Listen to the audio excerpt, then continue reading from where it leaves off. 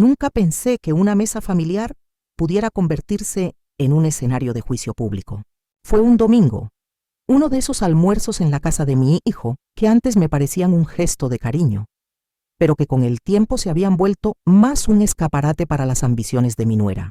El mantel blanco, los cubiertos brillando, las copas alineadas como en un banquete, y esa tensión invisible que se respiraba antes de que alguien dijera la primera palabra.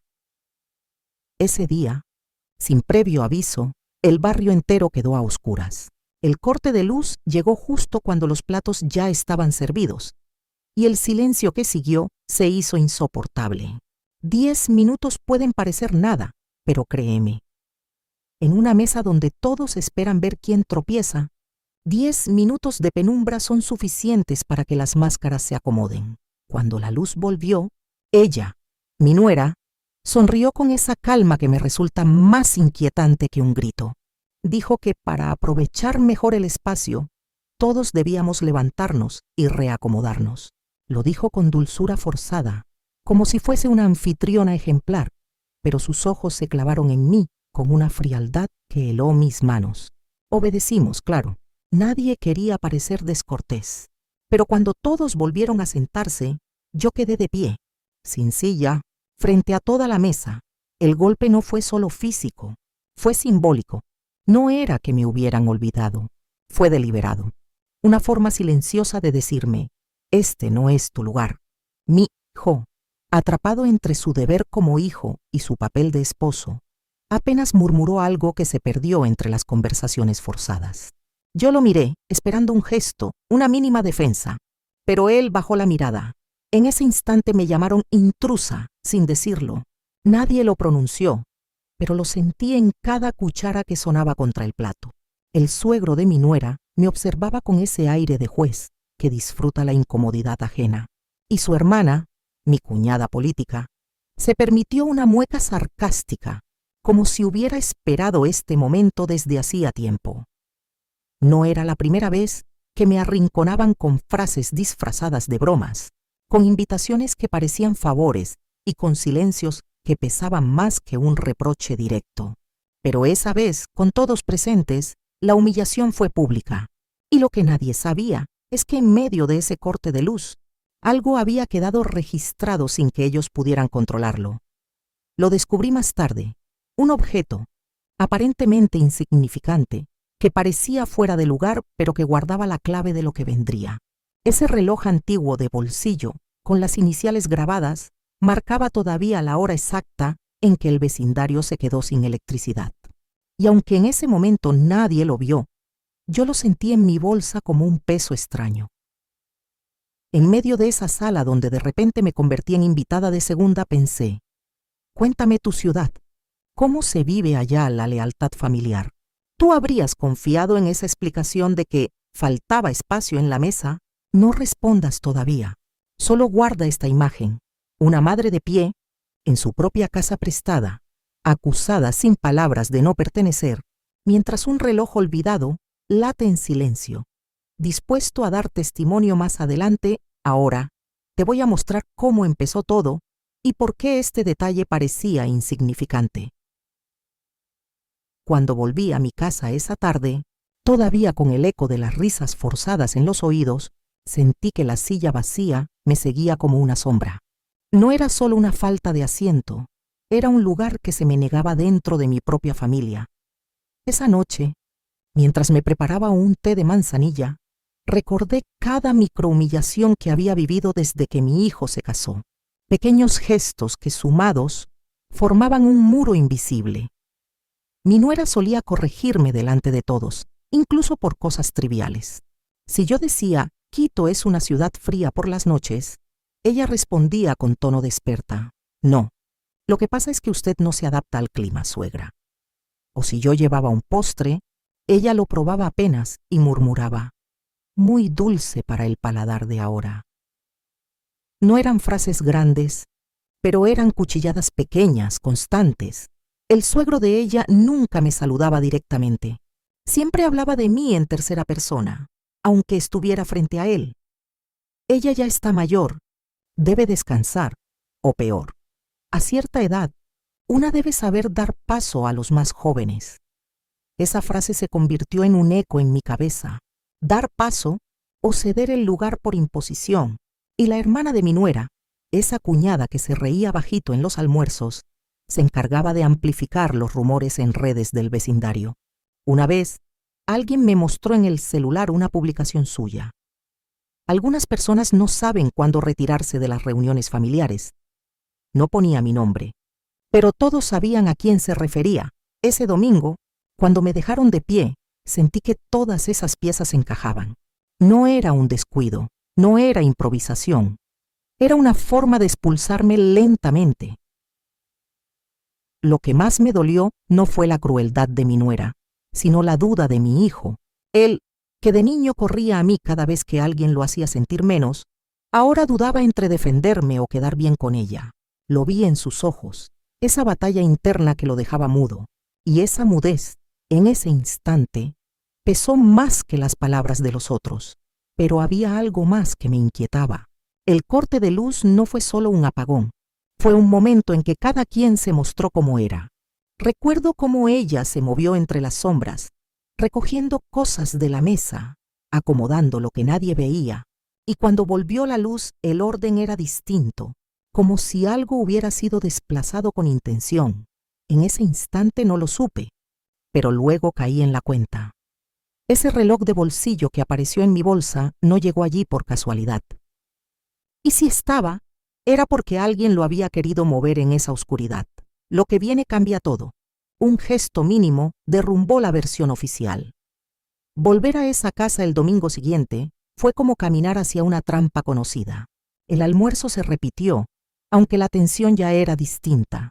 Yo llevaba en mi bolso el reloj de bolsillo, aún detenido en la hora exacta del corte de luz. Lo había encontrado entre mis cosas al llegar a casa, como si alguien lo hubiera dejado allí a propósito. No era mío, y sin embargo, tenía un peso extraño, como si me reclamara atención. La mesa estaba servida de nuevo. Esta vez no hubo corte de luz, pero sí un aire de sospecha que flotaba entre los cubiertos. Yo me senté en silencio, esperando a ver si alguien notaba la ausencia de algo. Y no pasaron ni 10 minutos cuando mi nuera, con voz firme y calculada, preguntó: ¿Alguien ha visto el reloj de mi padre? El antiguo, el que tiene iniciales grabadas. Estaba aquí la semana pasada. Sentí un escalofrío. Nadie respondió. Las miradas se cruzaron, incómodas. Y fue entonces cuando la hermana de ella, con esa ironía que nunca oculta, murmuró: tal vez se perdió en medio del reacomodo, o alguien lo tomó por equivocación. Las palabras quedaron flotando, dirigidas sin nombrarme. Yo apreté mi bolso con fuerza. El silencio de los demás fue más acusador que cualquier señal directa, pero lo que nadie esperaba ocurrió cuando un invitado, vecino cercano, amigo del suegro, se inclinó para recoger una servilleta caída. Su mano tocó algo bajo la silla de mi nuera. Lo levantó y con asombro mostró el reloj de bolsillo. El mismo, con las iniciales grabadas. El murmullo fue inmediato. Ella palideció un instante, pero enseguida reaccionó. Debe haberse caído. ¡Qué suerte que lo encontraron! Yo observaba en silencio, con una mezcla de alivio y rabia, porque yo sabía que ese reloj había estado en mi bolso. Lo había revisado, lo había sentido en mis manos. ¿Cómo era posible que ahora apareciera bajo la silla de ella, como si nunca hubiera salido de allí? Un sudor frío recorrió mi espalda. Algo no cuadraba, y de repente entendí que no se trataba solo de un objeto perdido. Era un guión armado para dejarme en evidencia, para señalarme sin necesidad de acusarme directamente. En ese instante, me atreví a mirar alrededor. Vi en los ojos de los demás la duda instalada. Algunos me miraban como si esperaran que yo hablara, otros como si ya me hubieran condenado en silencio. Y mi hijo, de nuevo, callaba. Me pregunté entonces, casi en voz baja dentro de mí: ¿alguna vez viviste algo así? ¿Sí o no? ¿Te hicieron sentir culpable de algo que no hiciste mientras todos miraban a otro lado? Ese fue el comienzo de la primera grieta en la versión oficial. Porque ese reloj, aparecido en un lugar imposible, no iba a quedarse como un simple descuido. Ahora te voy a mostrar la primera comprobación que parecía menor, hasta que dejó de serlo. Después de aquel almuerzo, no pude quedarme tranquila. El reloj aparecido bajo la silla de mi nuera Era como una pieza que no encajaba en el rompecabezas. Yo sabía que lo había tenido en mis manos, lo había guardado, lo había mirado detenidamente y hasta recordaba el sonido metálico al cerrarlo antes de dejarlo en mi bolso. ¿Cómo entonces terminó bajo la silla de ella justo en el momento en que todos miraban? Decidí revisar cada detalle. Abrí mi bolso esa misma noche y encontré una mancha tenue de polvo metálico en el forro interior, como si el reloj hubiera estado ahí y alguien lo hubiera retirado sin cuidado.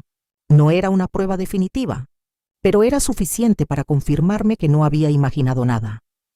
Lo extraño fue que al día siguiente, una vecina me comentó en confianza: ¿usted también sintió movimientos durante el apagón? Yo estaba cerca de la cocina y escuché pasos, como si alguien estuviera acomodando cosas. Ese comentario me heló. No era solo mi percepción.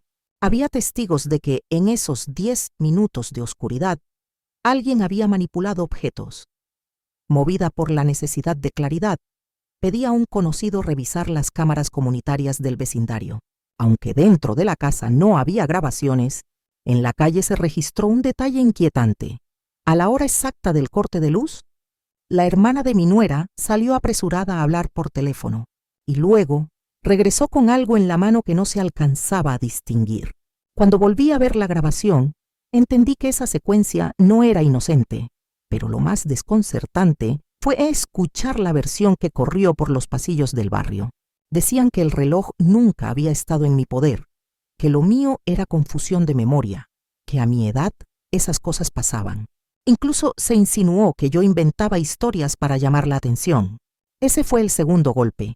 No solo querían desplazarme de la mesa, también querían invalidar mi voz. Fue allí cuando el reloj dejó de ser un simple objeto y se transformó en un testigo silencioso. Tenía grabadas las iniciales, tenía una maquinaria precisa y, lo más inquietante, aún marcaba la hora exacta del corte de luz. Ese detalle no podía ser casualidad. Empecé a escribir cada cosa en un cuaderno: fechas, frases, movimientos, miradas. Si querían borrar mi memoria, yo la iba a fijar con tinta. Y mientras lo hacía, me preguntaba si alguien en mi lugar se atrevería a contar su propia historia, porque yo no podía dejar que este juego quedara oculto bajo rumores. Un invitado del almuerzo, más honesto que los demás, me dijo días después que había visto quién guardó el reloj en medio del apagón. No quiso darme el nombre todavía, pero lo insinuó con un gesto hacia la zona donde mi nuera se había movido.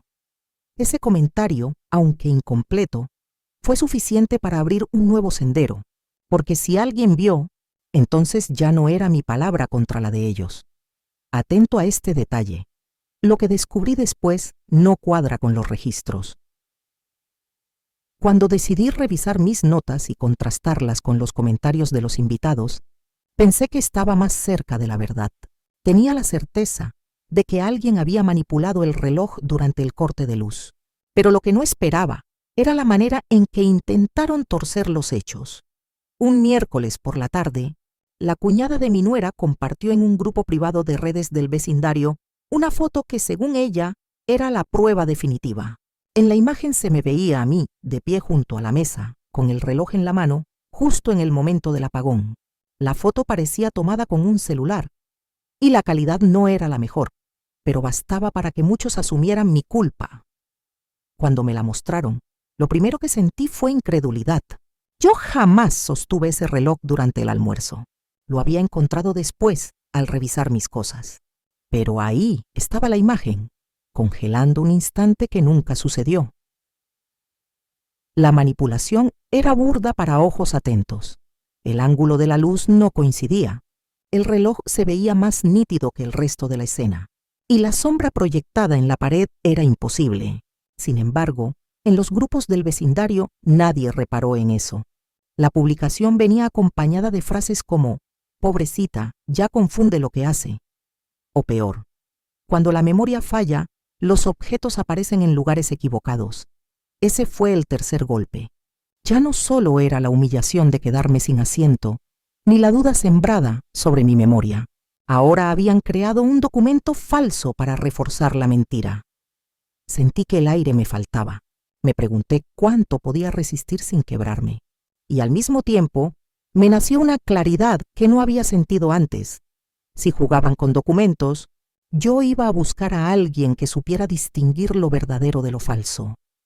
Fue entonces cuando pensé en él, el notario del barrio, 30 años de servicio, un hombre que había certificado nacimientos, herencias y testamentos de casi todos los vecinos.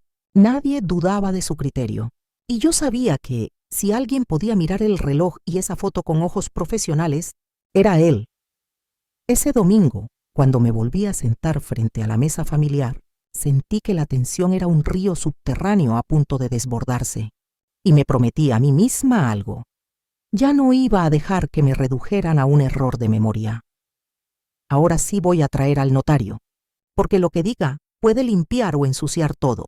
El día que llevé el reloj al notario, todavía no imaginaba cuánto peso tendría ese objeto en la historia.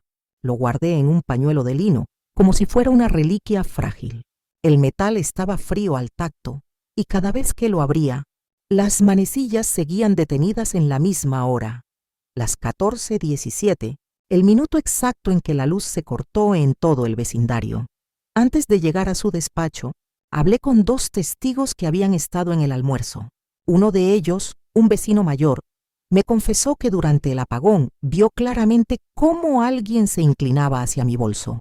No quiso dar nombre, pero su mirada se desvió hacia la cabecera donde mi nuera se había movido con tanto celo de anfitriona. El segundo testigo fue menos directo, pero me entregó un comentario clave. Yo escuché que alguien dijo, "Ahora sí está hecho", justo cuando la luz volvió.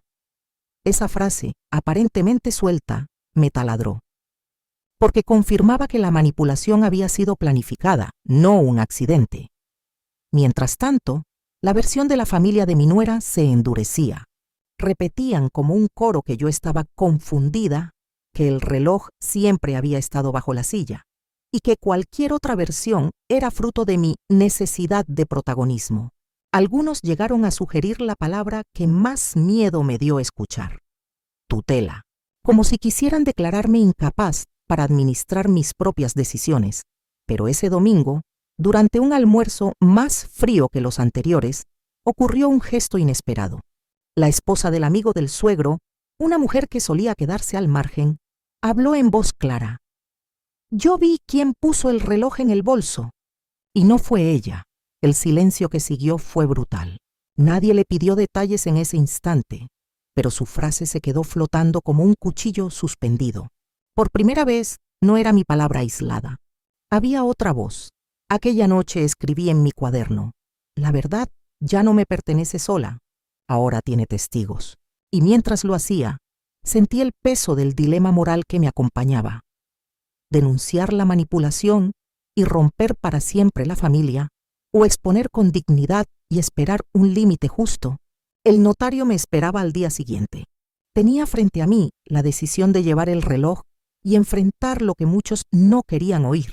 Respiré hondo y me repetí en silencio: ¿qué habrías hecho en mi lugar? Cuéntame en los comentarios. Lo que viene es público. Nadie podrá decir que no lo oyó.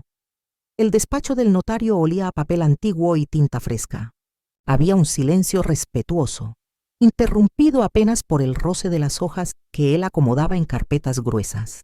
Era un hombre de pocas palabras, pero su sola presencia imponía seriedad.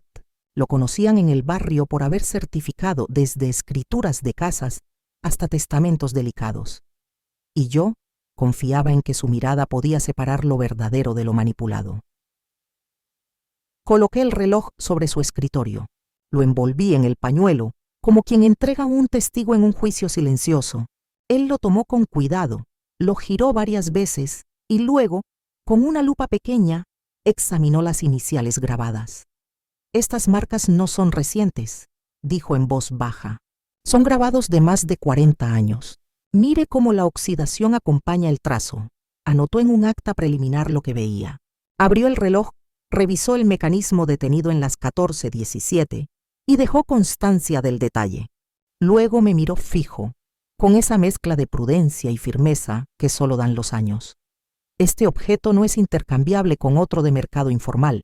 Pertenece a una línea limitada de relojes importados en los años 70. Y esas iniciales corresponden a un apellido que no es el suyo, señora, pero tampoco el de la familia de su nuera. Un silencio me recorrió como un temblor. Lo que él acababa de decir abría una puerta inesperada. El reloj tenía dueño legítimo, pero no era ni mío ni de ellos. Entonces, ¿cómo llegó a la mesa? El notario firmó su registro, estampó el sello con un golpe seco y cerró la carpeta. «Queda asentado», dijo. «Si alguien intenta negar este detalle, aquí consta la validación». Sentí que por fin había un respaldo. Ya no era solo mi palabra contra la versión de quienes me querían excluir. Ahora había un documento oficial, una voz imparcial que fijaba el reloj en el tiempo y en la historia. Cuando salí de ese despacho, respiré distinto. El aire de Quito parecía más ligero, aunque el conflicto aún me esperaba en la mesa familiar. Pero dentro de mí algo había cambiado. La silla que me negaron ya no era solo un símbolo de humillación, sino también de resistencia. Ahora te voy a mostrar la pieza que faltaba y que muchos preferían no ver. Ese domingo llegué con el acta del notario guardada en mi bolso, junto al reloj envuelto en el pañuelo. Caminé hacia la casa de mi hijo con paso firme, aunque por dentro sentía que el corazón me golpeaba como si quisiera escapar. Sabía que lo que iba a ocurrir esa tarde no tendría regreso. O recuperaba mi lugar en la mesa, o quedaba marcada para siempre como la intrusa que ellos querían inventar. La comida comenzó con un silencio extraño. Nadie se atrevía a mirarme directamente, salvo mi nuera, que mantenía esa sonrisa congelada que ya me resultaba insoportable. Su hermana se inclinó a cuchichear con el suegro y pude adivinar en sus labios la palabra que tantas veces habían usado: confusión, pero esta vez no iba a callar. Saqué el reloj, lo coloqué en medio de la mesa y dejé que el metal brillara bajo la lámpara. El silencio se rompió de golpe. «Ese reloj», dijo ella, con un tono entre sorpresa y fastidio, «pertenece a mi familia. No entiendo por qué lo trae aquí». Respiré profundo y respondí con calma. «El notario ya revisó este reloj. Consta en acta que las iniciales no corresponden a su familia ni a la mía, y que estuvo detenido a la hora exacta del corte de luz». El suegro frunció el ceño. La cuñada soltó una risa nerviosa, pero fue mi hijo quien bajó la cabeza, como si en ese instante entendiera la magnitud de lo que había pasado. Fue entonces cuando la esposa del amigo del suegro volvió a hablar, como lo había hecho antes. «Yo vi quién lo puso en el bolso de ella. Fue durante el apagón. Y no fue por error. Todas las miradas se clavaron en mi nuera. Ella palideció y trató de reaccionar con un discurso de anfitriona herida. Seguro fue un malentendido. Tal vez alguien confundió, pero ya nadie la respaldaba. El eco de sus palabras sonaba vacío. Mi hijo levantó la vista y con voz firme por primera vez dijo: «Esto fue premeditado y fue contra mi madre». La sala entera quedó helada. Nadie replicó. Por primera vez el silencio no me aplastaba, me protegía. No grité, no lloré, solo marqué mi límite. Yo no abandonaré esta mesa, pero tampoco aceptaré volver a quedar de pie. Si no hay respeto, no habrá reuniones. Decidí no romper la familia, pero sí dejar claro que no habría reconciliación sin condiciones. La silla que me negaron se convirtió en mi lugar ganado con dignidad. Y el reloj, ese testigo de metal, quedó sobre la mesa como recordatorio de que la verdad, aunque quieran ocultarla, siempre encuentra la manera de salir a la luz. Antes de cerrar, quiero dejar algo claro para quien esté pasando por lo mismo. El silencio nunca es neutral. Si lo permites, otros lo usarán contra ti. La última vez que crucé esa puerta no llevé reloj ni actas, solo llevé mi voz. Había aprendido que la dignidad no se defiende con gritos, sino con límites claros. Ese día me senté en la mesa sin esperar indicaciones. Nadie osó pedirme que me levantara. El silencio fue distinto. No era de humillación, sino de reconocimiento. No porque ellos hubieran cambiado, sino porque yo ya no aceptaba menos. Desde entonces, fijé 3 condiciones que sostengo hasta hoy. Nunca más aceptaré quedar de pie en mi propia familia. Ninguna decisión sobre mí se tomará sin mi presencia. El respeto no es negociable. Si falta, me retiro sin discusión. No busqué destruir la familia, pero tampoco me sometí a un lugar secundario. Aprendí que reconciliarse no es olvidar la herida, sino aceptar solo lo que se construye con condiciones justas. Al volver a mi casa esa tarde, dejé el reloj sobre la repisa del comedor, junto a una planta que siempre florece en invierno. Ese objeto que parecía insignificante se convirtió en símbolo. Las manecillas detenidas me recuerdan la hora exacta en que decidí no permitir más silencios impuestos. Te lo digo desde la calma. No necesitas pelear para defenderte. A veces basta con sentarte derecho, sostener la mirada y decir con firmeza hasta dónde llegan los demás. Si mi historia resonó contigo, suscríbete, compártela o sigue la playlist. Tal vez alguien cercano necesite escuchar que el respeto comienza por uno mismo.